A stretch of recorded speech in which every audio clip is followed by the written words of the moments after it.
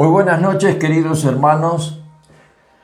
Hoy día martes tenemos 30 minutos para reflexionar en las Escrituras y vamos a ir al pasaje del libro de primera epístola de Pedro, capítulo 1. Habíamos estado ya conversando sobre esto y quisiera subrayar un poco más esto tan importante que nos habla el apóstol Pedro, y es con respecto a nuestra vida de santidad. Quizá muchas cosas no las tenemos claras para vivir una vida de santidad como cristianos, como creyentes, y confundimos muchas cosas en nuestro andar diario. ¿Qué es vivir en santidad? La santidad, voy a leer un versículo primero que dice: como hijos obedientes, versículo 14 del capítulo 1 de primera de Pedro, como hijos obedientes, no os conforméis a los deseos que antes teníais estando en vuestra ignorancia, sino como aquel que os llamó es santo, sed también vosotros santos en toda vuestra manera de vivir. Así que acá hay algo que no podemos salirnos, no podemos quedar fuera, porque está hablando de nuestra manera de vivir. Cada uno tiene una manera de vivir y quizá vive a su antojo, pero el creyente no puede vivir a la deriva ni a su antojo.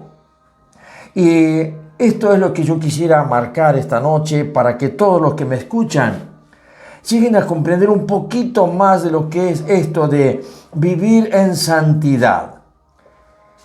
Sean santos, como aquel que es santo, sed también vosotros santos en toda vuestra manera de vivir. Esto está hablando de una imitación, de una impregnación de que Dios es santo y nosotros no podemos apartarnos de Él en nuestra conducta.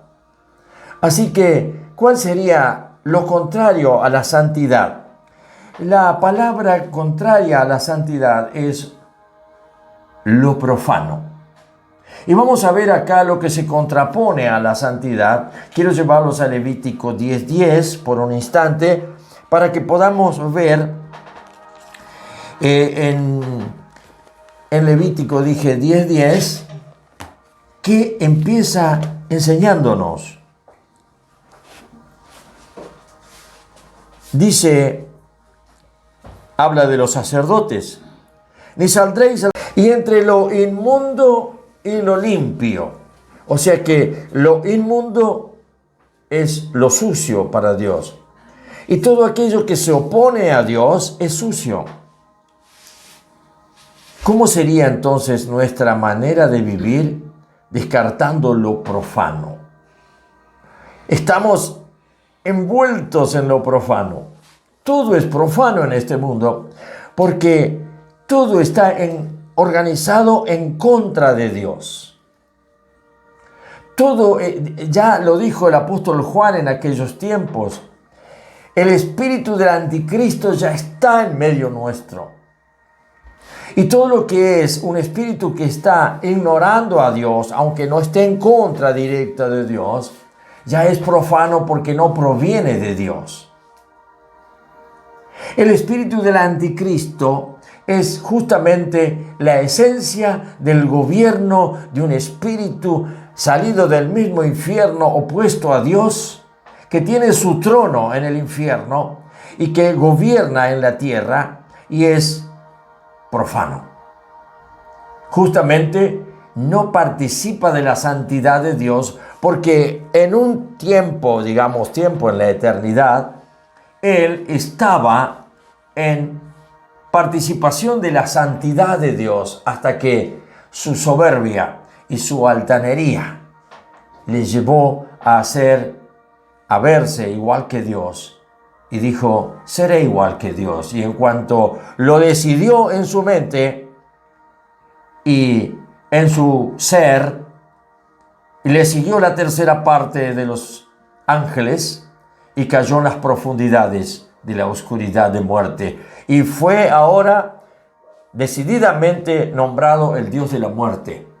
el Dios que se presenta como ángel de luz. Y por eso muchas cosas nosotros no alcanzamos a distinguir que son profanas, que no vienen directamente de Dios que es santo. Como yo soy santo, sean ustedes santos. Y como el que nos eligió es santo, nosotros tenemos que tener una manera de vivir en santidad. Entonces, acá hay algo muy escondido para los creyentes, y es que tenemos que buscar en todo lo que pensamos y sentimos si esto es de Dios o no es de Dios. Y los sacerdotes, allá lo vimos recién en Levítico, tenían encargado enseñar a su pueblo a distinguir entre lo santo y lo profano. Y como hoy mismo creo que los que están al frente, pastores, llamemos líderes, hombres de Dios, el primer paso es que sean santos para enseñar al pueblo, para enseñar a la gente a distinguir entre lo santo y lo profano.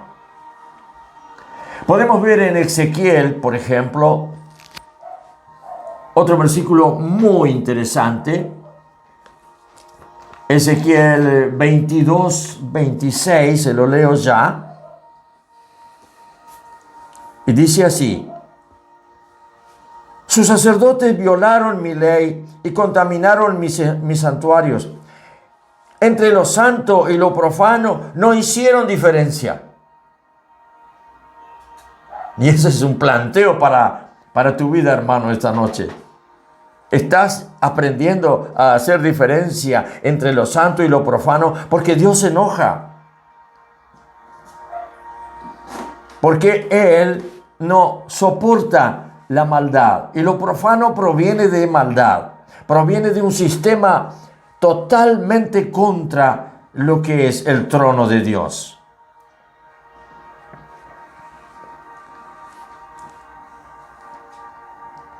Continúa el versículo. No distinguieron entre lo inmundo y lo limpio. Otra vez con la misma comparación que Levítico. Y de mis días de reposo apartaron sus ojos, y yo he sido profanado en medio de ellos. O sea, acá viene la otra palabra, que es la acción de lo que no es santo. La acción, cuando nosotros ejercemos un accionar que no es santo, estamos profanando lo santo. Se usa la palabra profanar, por ejemplo, alguien que atenta contra una imagen de adoración de alguna religión. Decimos que fue profanado tal templo. Profanaron porque fueron vandálicos que rompieron cruces en un cementerio, y dice que fue profanado las cruces de un cementerio. Todo aquello que atenta contra lo misterioso, lo trascendente, y que representa una especie de numen de la otra faceta que no conocemos.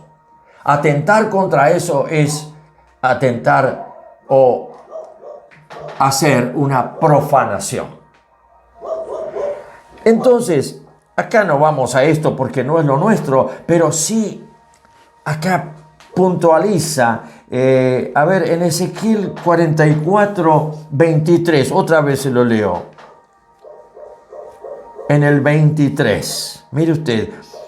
Y enseñarán, dice, ninguno de los sacerdotes beberá vino cuando haya de entrar en el atrio interior.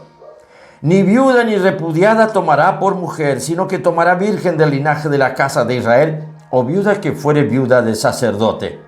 Y estos sacerdotes, mire qué misión le pone: enseñarán a mi pueblo a hacer diferencia entre lo santo y lo profano, y les enseñarán a discernir entre lo limpio y lo no limpio. Estamos en lo mismo. Es una exigencia que viene del trono de Dios.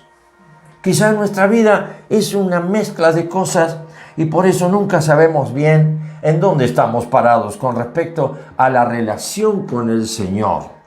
Una relación profunda, íntima, que nos santifica, Pero a veces no estamos en esta relación con Dios, de que Él nos santifique. Y Jesús, cuando oró al Padre antes de irse, en el pasaje de Juan 17, diciendo: Padre, santifícalos en la verdad. Como diciendo, cuando conozcan la verdad por la llegada del Espíritu Santo, ellos van a distinguir ahora los dos campos: el campo de la luz, que es la santidad, y el campo de las tinieblas, que ordenan y gobiernan en este mundo. Hay dos polos. Uno es luz, el otro es tinieblas. No podemos salir de esto. Por lo tanto, Dios habla siempre desde la luz. Y como estamos impregnados de la tiniebla, le profanamos un montón de cosas, un montón de veces, en nuestro corazón, con nuestros pensamientos, con nuestra falta de discernimiento, con la falta de enseñanza de aquellos que nos tienen que enseñar a discernir, a distinguir entre lo santo y lo profano. Por eso caemos en los pensamientos o principios puramente religiosos. Y esto ya en Hebreos nos habla y toca ya la situación del pecado de las personas.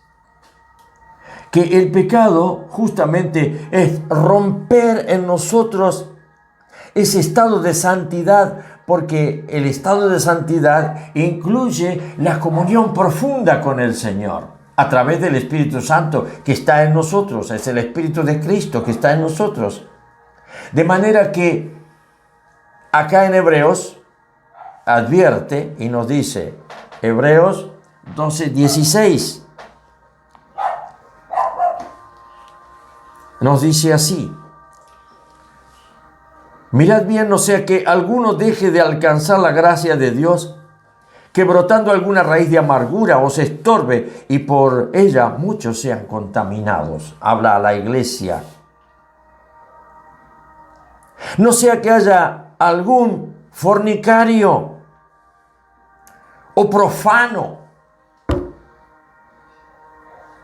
Qué delicado que es esto para nuestra vida. Cómo simplificamos nuestra vida, nuestra manera de vivir es sin tener en cuenta lo que la palabra nos dice. Una vez un hermano me dijo: pastor, yo entiendo bien claro esto. La palabra de Dios es un martillo. Yo le dije: no, hermano, no es un martillo. Si no, estaríamos con la cabeza llena de clavos. La palabra de Dios es lámpara que alumbra. La palabra de Dios es guía. La palabra de Dios es algo que apetecemos a aquellos que hemos caído bajo la gracia de Dios. La buscamos, estamos atentos, no queremos errar. Queremos siempre caminar en la senda que el Señor nos ha marcado. Por esto, cuando habla acá en versículo 16 de Hebreos 12, dice: no sea que haya algún fornicario o profano, como fue Esaú, hermano de Isaac, que por una sola comida vendió su primogenitura. Acá nos está enseñando algo. ¿Cuántas veces cambiamos las cosas que son necesarias, que vienen de Dios, que necesita entrarse en el tiempo? El tiempo se lo tenemos que dar nosotros. Sin embargo, le damos el tiempo bueno a los de aquí abajo: comer, descansar, dormir, estar, vivir, disfrutar, gozar de todo esto que es una bendición. Pero cuidado, es una bendición como añadidura de lo otro. Es un agregado que Dios da cuando nosotros le damos el primer lugar a quien es el que nos marca la vida en santidad. Es tan importante esto para el creyente que a veces decimos: esto es muy complicado, esto no sé cómo será. Otra vez, ¿no? Volver a leer este versículo. Sino que aquel que os llamó es santo. Revisa tu llamado. ¿Recuerdas el día que Él te llamó? ¿Te llamó, hermano? ¿Te llamó alguna vez? ¿Sientes que Él te llamó? Ese que es santo, santo, 3 veces santo, Dios mismo. Bueno, si sientes que Él te llamó, ahora te toca lo siguiente, versículo 15, te lo vuelvo a leer. Tú tienes que ser también santo, como Él es santo, en toda vuestra manera de vivir, en tus palabras, en tus gestos, en tus actitudes, en tus reacciones. Fíjate si eso cuadra con que no se rompe la unción que Él te ha dado y que llevas adentro, que nada se deteriora. Las reacciones, ese de antes que nada, hace un instante de silencio y elevate hasta el trono para ver ese Dios santo, entrar en su presencia y poner aceite donde, bueno, no está el aceite, donde hacen ruidos, cosas que necesitan lubricarse. Que sea tu vida una manera de vivir especial, en donde todo pueda ser lubricado con la santidad. La santidad es aquello que en el llamado de Dios un día vino conjuntamente haciendo un kit con el proyecto de Dios para tu futuro. Santidad. Sean santos como yo soy santo. No se puede vivir prescindiendo de esto. ¿Por qué? Y porque puedes predicar muy bien. Puedes hablarle a alguien muy bien y enseñarle de la palabra de Dios, lo que está en el Evangelio. Pero si no le transmites tu manera de vivir en santidad, es muy probable que te pase como hace muchos años. Yo recuerdo haberme pasado a mí. ¿Conoces a Jesús? Sí, conozco. Y le hablaba a alguien de la religión.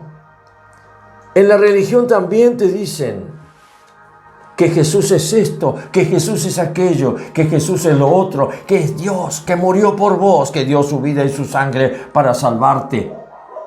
Pero tu vida, con todo eso que Él consiguió y pagó el precio en la cruz, ahora, en este momento, le puedes dar un toque de unción que salga de ti, porque su santidad te está impregnando la vida. No importa tu carácter como eres, si eres algo taciturno, hablas poco, hablas mucho, sos locuaz o no, tenés inhibiciones, tenés problemas, tenés todo tipo de cosas como cualquier ser humano. El Señor te está preparando y perfeccionando constantemente. Lo importante, mucho más importante que todo eso que te falta en lo natural, es que en tu corazón haya un altar de santidad, en donde cuidado con lo profano, nuestras palabras, nuestros giros, nuestras formas de entender, nuestras formas de interpretar. Entonces, aprendamos a tomarnos un instante antes de lanzar o decir, opinar, cuestionar. ¿Será realmente lo que yo voy a decir? ¿Será santo o profano? ¿Será algo que viene de la presencia de Dios o nace de mi sabiduría humana? Profano. Nace de lo que heredo, de lo que me han enseñado, de lo que yo creo de mí mismo porque me siento conocer esto. Creo que tenemos la posibilidad de ir al Señor y decirle, Señor, ¿dónde hay alguien que me pueda enseñar a distinguir entre lo santo y lo profano? porque yo quiero caminar de esta manera. Versículo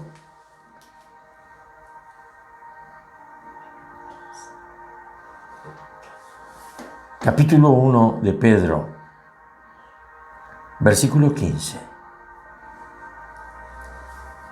Te lo leo de nuevo. Sino como aquel que os llamó es santo. Él no te llama para que seas profano. Te llamó ¿para qué? Para que seas santo. Te está santificando todos los días. Porque el Espíritu Santo, el Espíritu de Dios está en ti y te hace ver lo que no es santo. Y lo que no es santo es profano. No lo hagas más a eso. Porque a Dios no le agrada. Como aquel que os llamó es santo, sean también ustedes santos en toda vuestra manera de vivir. El significado de la palabra santo es apartado para Dios. Así que tu pasado lleno de sabiduría, lleno de cosas, tu pasado pero tan glorioso para vos, que es el caudal de sabiduría y de conocimiento que hace a tu personalidad o a tu persona, hace que aparezcas como una persona digna de ser tenida en cuenta. Eso no sirve para nada.